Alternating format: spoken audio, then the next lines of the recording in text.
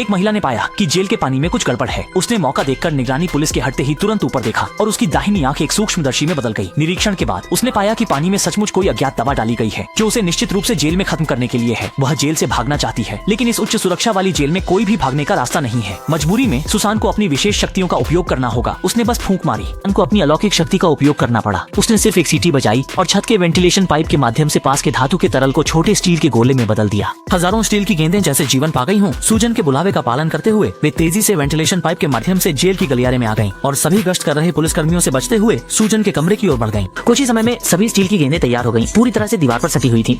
सुजान ने देखा कि समय आ गया है, इसलिए उन्होंने तुरंत स्टील की गेंदों को विस्फोट करने के लिए नियंत्रित किया। 1 सेकंड से भी कम समय में सभी स्टील बॉल्स एक साथ विस्फोट कर गए और 5 मीटर दूर की लोहे की दीवार चूर्ण में बदल गई। लेकिन जैसे ही सूजन कमरे से बाहर दौड़ी, उसे कुछ गश्त कर रहे जेल प्रहरी मिले, लेकिन उस महिला की असीम शक्ति के सामने अधिक से अधिक प्रहरी केवल नीचे गिर सकते थे। सुजान ने सोचा था कि इस तरह वह आसानी से जेल से भाग सकती है, लेकिन जेल के बाहरी हिस्से में पहले से ही अनगिनत जाल बिछे हुए थे। पेड़ से जहरीले डांट से बचने के लिए सुजान को मकड़ी की तरह जमीन के पास रहकर सांप की तरह चलना पड़ा, लेकिन किसी तरह जहरीले डांट से बचने में सफल हुई। किंतु कुछ ही दूरी पर छत के घास का मैदान सबसे बड़ा जाल था। देखा कि अनगिनत घास की पत्तियां नुकीली कांटों में बदल गईं और सुजान को डंक मारने के लिए तैयार हो गईं। सौभाग्य से सुजान ने समय पर देखा और एक चरम पोजीशन लेकर खुद को मजबूती से संभाल लिया, लेकिन कुछ ही देर बाद पैर अचानक फिसला और जब शरीर छिदने ही वाला था, उसके साथ ही सही समय पर आ गए और सुजान को बचा लिया।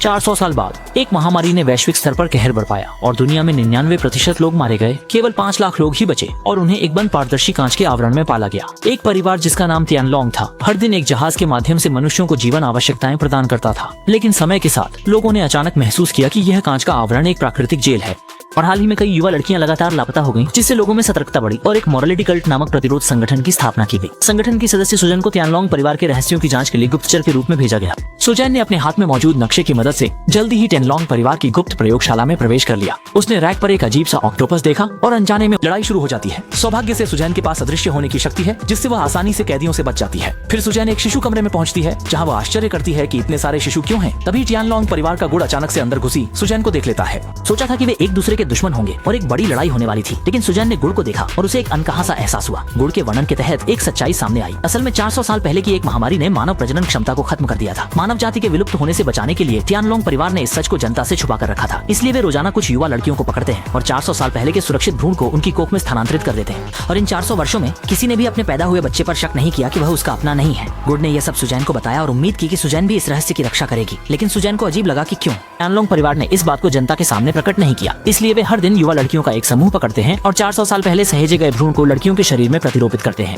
और इन 400 वर्षों में किसी ने भी संदेह नहीं किया कि उनके द्वारा जन्म दिया गया बच्चा वास्तव में उनका अपना नहीं है। गुड ने यह सब कुछ सूजन को बताया और उम्मीद की कि सूजन भी इस रहस्य को सुरक्षित रखेगी, लेकिन सूजन के लिए यह अजीब था कि गुड ने यह सब कुछ उसे क्यों बताया। वैज्ञानिक गुड ने सूजन को बताया कि उसने अपनी दिवंगत पत्नी के जीन एक युवती के शरीर में इंजेक्ट किए थे और सामने खड़ी सूजन उसी पत्नी के जीन से क्लोन की गई क्लोनिंग है। तभी सूजन को गुड को देखते ही एक अज्ञात परिचित भावना महसूस हुई।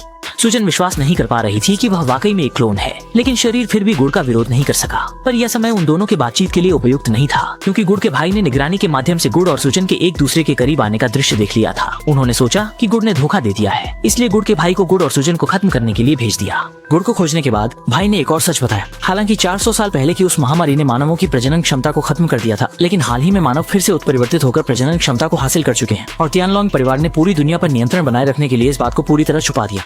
बात करते समय सूजन ने अचानक देखा कि पास में उसका साथी एक स्नाइपर राइफल से उसके सिर पर निशाना साध रहा है। साथी ने सोचा कि सूजन ने धोखा देकर तियानलोंग परिवार का साथ दिया है, इसलिए वो सूजन और गुड़ समेत कुछ लोगों को एक ही बार में खत्म करने की तैयारी कर रहा था। गलतफहमी से बचने के लिए सूजन ने मानसिक तरीके से अपने साथी को सच्चाई बता दी और तियानलोंग परिवार की योजना भी सभी के सामने रख दी। सच जानने के बाद साथी ने तुरंत ही एक गोली चलाई और गुड़ के छोटे भाई को मार गिराया। एक बड़ी लड़ाई की स्थिति उत्पन्न हो गई। इस अफरा तफरी का फायदा उठाकर सूजन चुपके से टावर पर चढ़ गई। वह तियानलोंग परिवार के यान को नष्ट करने के लिए तैयार थी, ताकि तियानलोंग परिवार और मानव बचे लोगों के बीच संबंध टूट सके। धमाके की आवाज के साथ ही यान पूरी तरह से बेकाबू हो गया और कुछ मीटर दूर की दीवार को ध्वस्त कर दिया। जब तक अब कैद में रखे गए मानव जीवित बचे लोग इसे समझ पाए, बाहर की दुनिया में पहले से कोई महामारी नहीं थी। हर जगह जीवन की हरियाली थी। कुछ सालों बाद लाखों मानव जीवित बचे लोगों ने पृथ्वी पर एक नया युग शुरू किया। फिल्म यहीं समाप्त होती है।